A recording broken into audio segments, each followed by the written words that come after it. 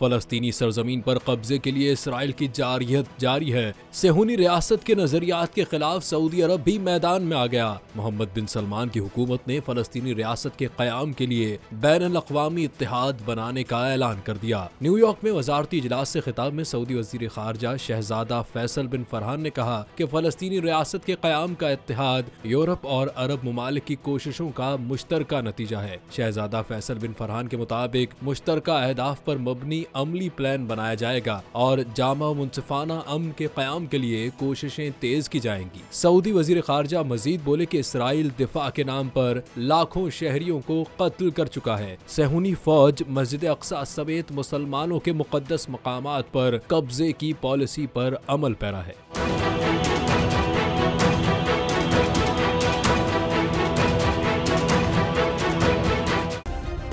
Subscribe करें और bell दबाएं ताकि कोई खबर रह न जाए।